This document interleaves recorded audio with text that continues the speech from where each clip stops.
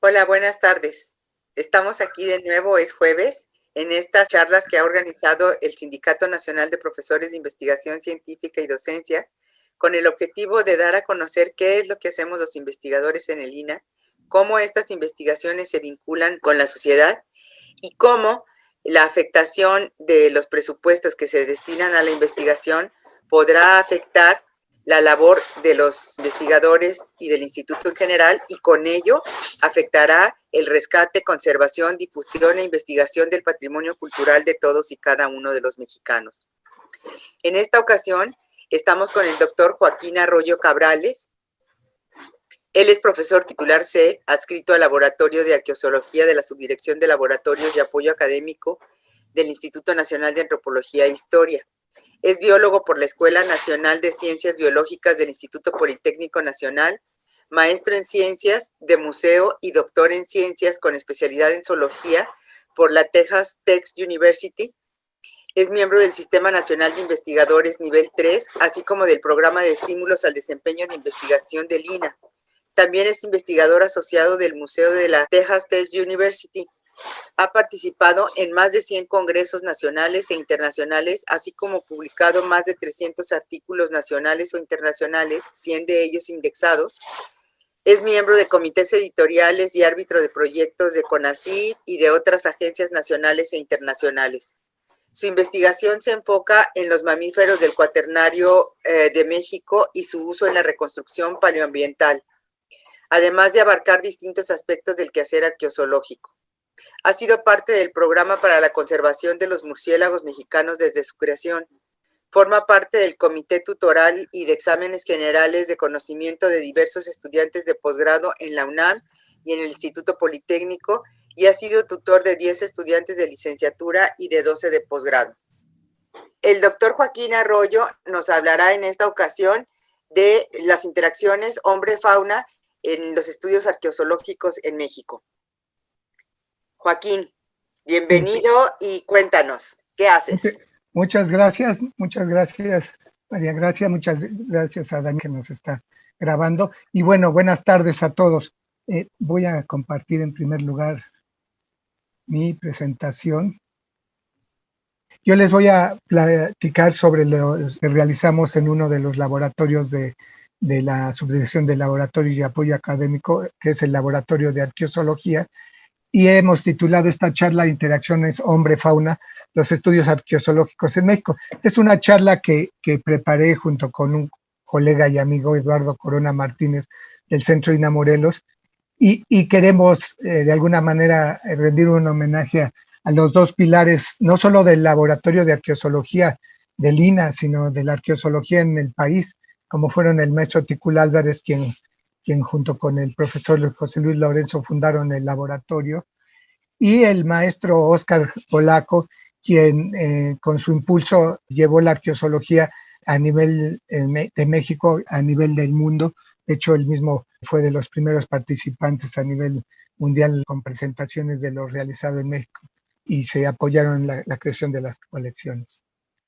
Entonces, bueno, comienzo con esta diapositiva. Una manera de dividir los estudios, de clasificar los estudios de los grupos zoológicos de los animales que se pueden hallar en cualquier momento, ya sea en el pasado, en el presente, es clasificarlos de diferente manera. Estas son tres criterios con los que se puede clasificar. Yo me enfocaría fundamentalmente a la temporalidad y la relación con el hombre. Entonces, en esta otra diapositiva podemos ver cómo hay estudios que abarcan un periodo de más de 700 millones de años, que es el lapso en el que ha habido vida en México al menos, hasta hace unos 10,000 años, que son los estudios paleozoológicos, y que debo mencionar era como originalmente se conoció el laboratorio como paleozoología, pues se enfocaba fundamentalmente a reconocer los animales que había en este intervalo de tiempo. Hay otros estudios, hablando de temporalidad, que abarcan un periodo más reciente, desde hace unos 35,000 años, y que aquí está dividido por la posible presencia humana. Ahora mismo tenemos evidencia reciente de esos 30,000 años en una cueva de Zacatecas, hasta la llegada de los españoles. Entonces, aquí estamos dividiendo en términos de temporalidad Igual estarían los estudios de neozoología y etnozoología, se realizan hacia el presente, como se puede ver, los de neozoología o zoología en general son de hace 10.000 años al presente y de etnozoología desde la presencia humana. Y por otro lado está la división que implica las interacciones con los humanos y en ese caso del lado izquierdo tenemos aquellas que no es importante esa interacción, mientras que del lado derecho son aquellos en los que sí tenemos esa interacción.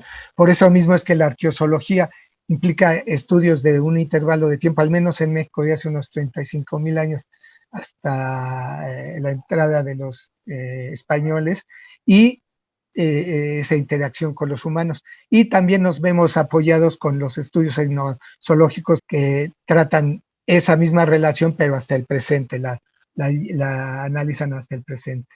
Entonces, bueno, esta sería una definición de lo que es la arqueozoología, que es la disciplina que realizamos en el laboratorio. Como se puede ver, nuevamente es estudiar los restos de fauna encontrados en contextos arqueológicos.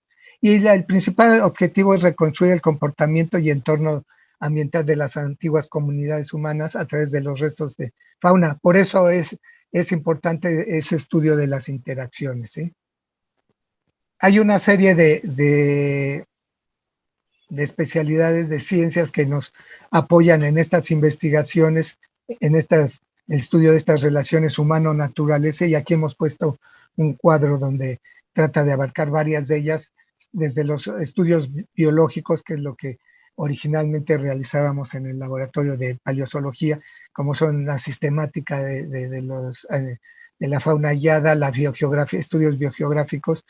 También se han ido incorporando estudios etnobiológicos, como decía, nos apoyamos mucho en lo que se conoce hacia el presente de las relaciones de los humanos, de las diferentes etnias con la naturaleza, aún de la sociedad moderna, diríamos, entre comillas. Estudios arqueobiológicos que tienen que ver ya con los aspectos del pasado de esa fauna y sus relaciones con las interacciones con el humano. Y hay todos los aspectos de antropología, como son valores culturales, modos de subsistencia y transmisión de conocimientos, que también tratamos de inferir a partir de los restos óseos que hallamos en los depósitos. Y ahora en un momento vemos algunos aspectos ya más particulares al respecto. Ahora bien, ¿qué tipo de restos son lo que estudiamos en general? Aquí tienen dos columnas, los que usualmente hallamos en muchos depósitos y los colegas arqueólogos y antropólogos no pueden apoyar esto, que se presentan huesos, dientes, conchas, escudos dérmicos, otolitos, espinas y algunos otros restos.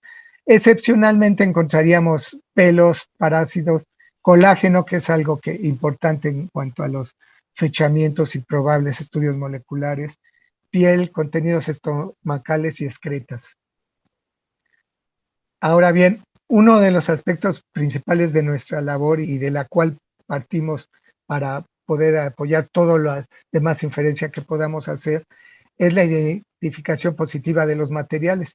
Y con esto me refiero el poder llegar hasta el nivel más bajo nomenclaturalmente con un hueso y poder decir, bueno, este hueso perteneció a un perro contra que este hueso perteneció a un coyote. Las inferencias que un colega un colega arqueólogo que esté estudiando el sitio, las que puede hacer con un animal doméstico contra un animal silvestre son totalmente distintas. Y ese es un caso extremo, pero lo mismo sería en otros muchos casos. Sobre todo contando que muchos restos, y ahora veremos algunos ejemplos, llegan muy fragmentados, son solo huesos parciales, ¿sí? Entonces, para este aspecto de la identificación, el INAH ha desarrollado ha apoyado la constitución de dos colecciones muy importantes y que son las más importantes, yo diría, no solo del país, probablemente de Latinoamérica, y que es en donde probablemente sí tendríamos alguna necesidad de más apoyo financieros para continuar esta construcción de las colecciones, porque se requiere mucho trabajo para mantenerlas en condiciones óptimas para que no solo los investigadores de las institucionales, sino investigadores nacionales e internacionales, que ya los hemos tenido, continúen visitándonos. Entonces, como se puede ver, se tiene un buen número de especies de México, tanto de vertebrados, peces, anfibios, reptiles, aves y mamíferos, como de moluscos, ¿sí? Aparte se tienen colecciones donde se han depositado materiales que se han excavado en los sitios arqueológicos y paleontológicos. Entonces tenemos la colección paleontológica y la colección arqueológica, y tenemos una biblioteca asociada a esas colecciones que es indispensable en toda colección científica. Aquí tenemos algunos ejemplos, puede verse diferentes animales que tenemos. Aquí muchas veces la gente nos pregunta, ¿y no tienen animales armados? Pues no tenemos animales armados, porque lo importante es que estén bien identificados, estén bien catalogados. Tenemos todos esos 3,000 ejemplares de vertebrados catalogados de manera sistemática para que la gente pueda llegar, usar un hueso, compararlo con el que está identificando, lo pueda regresar a su caja y esa caja regrese al lugar que se debe. Esto es importante para que todos podamos hacer uso de estas colecciones. Aquí pueden ver otras cajas, otro tipo de cajas donde se mantienen los materiales. Hasta ejemplares del tamaño de un ratón, de una rana, están los huesos numerados. Tenemos gente una de ellas es nuestra colega María Teresa Olivera, que bien conocemos y que tiene la paciencia de numerar esos pequeños huesos y pequeños moluscos. Aquí tienen también la biblioteca asociada con las colecciones más vistas de la colección. Creo que este es uno de de la riqueza que tenemos en el laboratorio más importante y que sin embargo también requiere mucho más apoyo para mantenerla en buenas condiciones. Ahora bien, una vez que tengamos esa identificación positiva que les mencionaba, hay un conjunto de información al que accedemos. Una vez que sabemos una especie, podemos saber otros datos sobre él, cantidad de piezas óseas, qué modificaciones son propias o ajenas a los huesos, peso y tamaño de los individuos, por ejemplo. A través de estudios, sobre todo geoquímicos, se pueden comenzar a hacer inferencias de propiedades nutritivas, tóxicas, ornamentales de la especie, procedencia en términos de biogeografía, los hábitats que estos animales ocuparon. O sea, todo un conjunto de información biológica que nos permite hacer inferencias sobre por qué este animal estaba ahí. Si, por ejemplo, tenemos para Templo Mayor, hay muchos casos donde hay animales que proceden de muchos distintos hábitats, no solo lo que habría en Cuenca de México, sino proceden aún de las costas, sí hay mucho pez marino. Entonces es importante esa identificación positiva para poder dar mayor información a los arqueólogos para sus interpretaciones. Asimismo, hay un conjunto de informaciones culturales que se pueden ir infiriendo una vez que tenemos esa identificación positiva. Y bueno, a través de lo que llamaríamos los estudios tafonómicos, que sería el estudio desde que ese elemento óseo estuvo en un animal vivo, el animal fallece, qué tanto tiempo tardó en enterrarse, cuánto tiempo hubo procesos diagenéticos en los sedimentos en los que se enterró, cómo se procesó, si es que hubo presencia humana para procesarlo. Entonces, todo ese tipo de huellas las puede uno, digamos, leer en el hueso, dado un estudio cuidadoso de esto, y poder hacer mejores inferencias que les sean más útiles en las diferentes interpretaciones que los colegas arqueólogos y antropólogos realicen. Y algunas de las líneas de investigación que llevamos, y esto se ha venido realizando desde que se creó la colección, es nuevamente el apoyo de que la colección siga creciendo, esté bien ordenada. De hecho, tiene un orden que es un orden sistemático que se utiliza a nivel mundial. Entonces, un investigador que venga de fuera va a encontrar los materiales donde conoce de manera filogenética dónde se encuentran.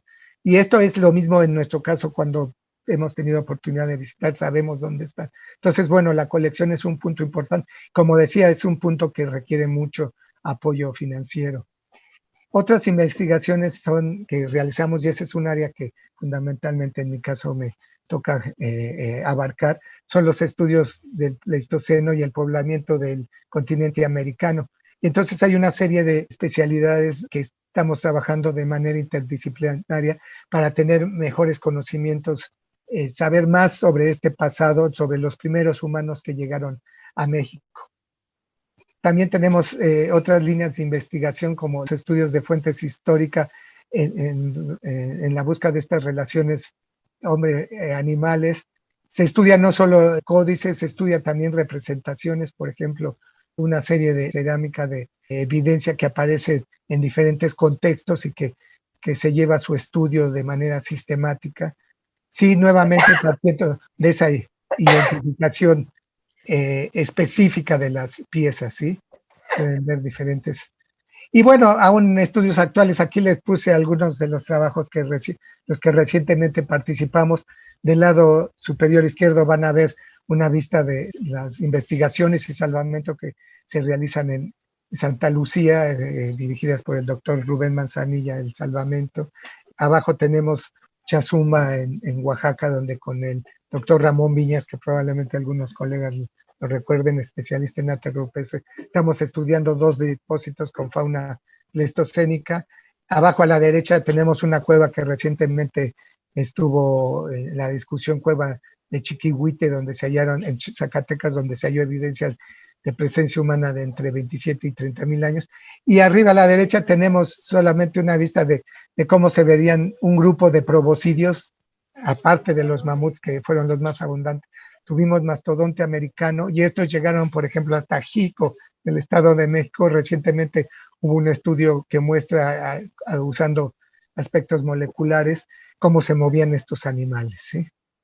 Y bueno, otro tipo de estudios que también podemos realizar en colaboraciones. Actualmente mucho de las investigaciones que se realiza, y diría no solo en nuestro laboratorio, a nivel de todas las instituciones, son estudios interdisciplinarios, colaboraciones con colegas, en este caso con el doctor Víctor Adrián Pérez Crespo del Instituto de Geología. Podemos trabajar los estudios estables, los isótopos estables y reconocer el tipo de dieta que tenían los animales que vamos encontrando, ya sea una dieta de puro pasto como los bisontes, arriba a la izquierda, animales paseadores, o de puras hierbas y hojas de árboles, animales ramoneadores como los tapires a la derecha, o todo un grupo de dietas mixtas que comían ambos aspectos. Y aquí pueden ver un conjunto de animales que tuvimos en México a fines del Pleistoceno y que debieron ser contemplados con los primeros humanos. De hecho, algunos aparecen en sitios con presencia humana. Otros estudios que estamos haciendo son estudios biogeográficos con objeto de reconocer cómo se movían las especies en el pasado para poder entender su distribución actual. Recordemos que México es un país megadiverso y es una gran responsabilidad nuestra el mantener esa megadiversidad y conocer más cómo llegó a ser. Y lo que es el hueso modificado, este es uno de los mejores ejemplos que tenemos. Es un hueso de mamut, una porción de fémur, y pueden hallar una lasca también de hueso que perteneció a este hueso y que aparecen en el mismo depósito en San Miguel Tocuila, pero en sitios separados. Ahí el arqueólogo Luis Morera ha estado realizando estudios con este material. Y otra de las investigaciones también muy recientes en las que colaboramos con colegas de la Subdirección de Arqueología Subacuática son las cuevas inundadas en la península de Yucatán. De hecho, puse esta porque aquí pueden ver de su lado derecho, ahí muy pequeñito, el cráneo del humano que se halló, una mujer de aproximadamente 16 a 18 años, Naya, que es uno de los cráneos y bueno, la gran parte del esqueleto que se halló, de los mejores conservados en todo el continente americano. De hecho, la península con este cráneo más algunos otros que la colega Carmen Rojas ha excavado, también en depósitos inundados, son los más completos que hay para todo el continente americano. Finalmente, otro aspecto que en los últimos años hemos venido enfatizando y que a partir de hace 3 años que se reanudó la labor del Consejo Nacional de Paleontología, se realiza es la protección legal no solo de los sitios, de todo el patrimonio arqueológico. Ahora mismo, usualmente tenemos el discurso en el INAH de que nos encargamos de la protección del patrimonio arqueológico histórico, pero también debemos agregarle el patrimonio paleontológico. Y ya ahora mismo lo estamos realizando. Se tiene un consejo multiinstitucional, multiespecialidades dentro de la paleontología y hemos ido desarrollando un conjunto de documentos que permiten ir apoyando esta conservación del patrimonio. Finalmente, algo que también se realiza continuamente son las actividades de divulgación. Muchas veces, de hecho, sobre todo sobre las sociedades de cazadores recolectores en las que no hay muchos recursos de la institución, muchas veces dependemos del apoyo de las comunidades que quieren que se les arme un museo, que quieren que se salven, se rescaten piezas que salieron, y entonces se llega a convenios con estos pobladores y se pueden hacer algunos trabajos. Pueden ver aquí el museo que se comenzó a preparar en San Miguel Tocula. Desafortunadamente nunca ha habido los recursos suficientes para terminarlo, pero bueno, esperamos que eventualmente se pueda hacer. Los mamuts hallados ahí, al menos 5 ejemplares, aún están in situ, pueden ver a la derecha cómo se los puede ver uno. Y aparte del propio discurso que fuimos creando en su momento, la comunidad sola creó estas estatuas que pueden ver ahí en la Plaza Mayor. O sea, eso habla de que la gente va retomando, que es algo que hemos enfatizado grandemente en nuestras visitas a todas las localidades, al menos donde hay posible presencia de cazadores recolectores, que la gente recupere ese pasado, que lo haga suyo y que lo proteja, porque sabemos que no nos alcanza la vida poder proteger, pero sí, si enseñamos a la gente la importancia, seguramente podemos ir protegiendo ese patrimonio. Hemos realizado colaboraciones sobre animales recientes. De hecho, este es un ejemplo que Eduardo Corona, junto con uno de nuestros laboratorialistas, Aurelio Ocaña, trabajaron esta ballena, esqueleto de ballena, para la biblioteca José Vasconcelos. Ahí se puede ver. Y valga aquí el comentario también, laboratoristas nos hace falta en laboratorios, hemos ido perdiendo las plazas y sin embargo el trabajo que ahora hay se ha duplicado o triplicado, porque finalmente la gente, los arqueólogos, los antropólogos, otros especialistas entienden la importancia que todos los materiales hallados en un contexto, no solo los biológicos como es el hueso, las semillas, los materiales vegetales, sino cualquier otro, sedimentos, diatomeas, por ejemplo, toda la importancia que pueden generar para las reconstrucciones. Finalmente, como decía, México ha ido participando de manera internacional en diferentes asociaciones. De hecho, la asociación más importante, el Consejo Internacional de Arqueología, Oscar Polaco y un servidor fungimos como hospederos, no sé, ahorita la palabra se me escapa, de la 10ª reunión internacional que se realizó aquí en Ciudad de México en el año 2006, y hemos participado en diferentes eventos. Del lado derecho pueden ver una asistencia como parte del Comité Internacional de ICAS al que su servidor pertenece. Pudimos ir a China, no nos trajimos el coronavirus en su momento, pero esto fue desde 2014.